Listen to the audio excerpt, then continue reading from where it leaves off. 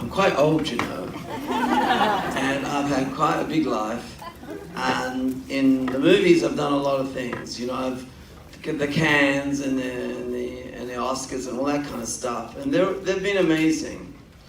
But I can honestly stand here on the stage and tell you, there's never been an experience quite like being on the journey of this film, but most importantly, to come at this moment and to be here at Graceland. And last night, even last night, like, we had a screening, and the Presley family invited us to have a barbecue out the back of Graceland.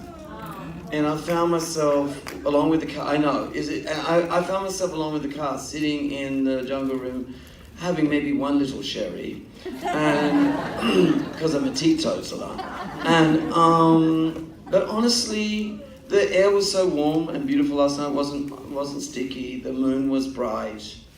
There was a band playing. The food was amazing. It was like being invited by a family into a family home. The warmth of that.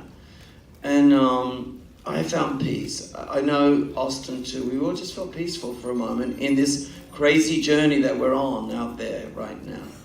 It was a peaceful moment, and we felt it was just a beautiful thing to be welcomed here to do this.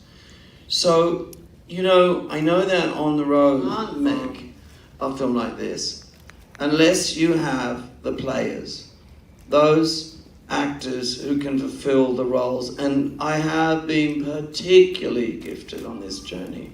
And so the story of this goes from all throughout Elvis's life, and of course we know you can't tell Elvis's life story without his early days on Beale Street. And you know, some of the great iconic singers that he knew and had seen and was influenced by are in our movie. You know, characters like Sister Rosetta Tharpe, the godmother of rock and roll, played by Yola.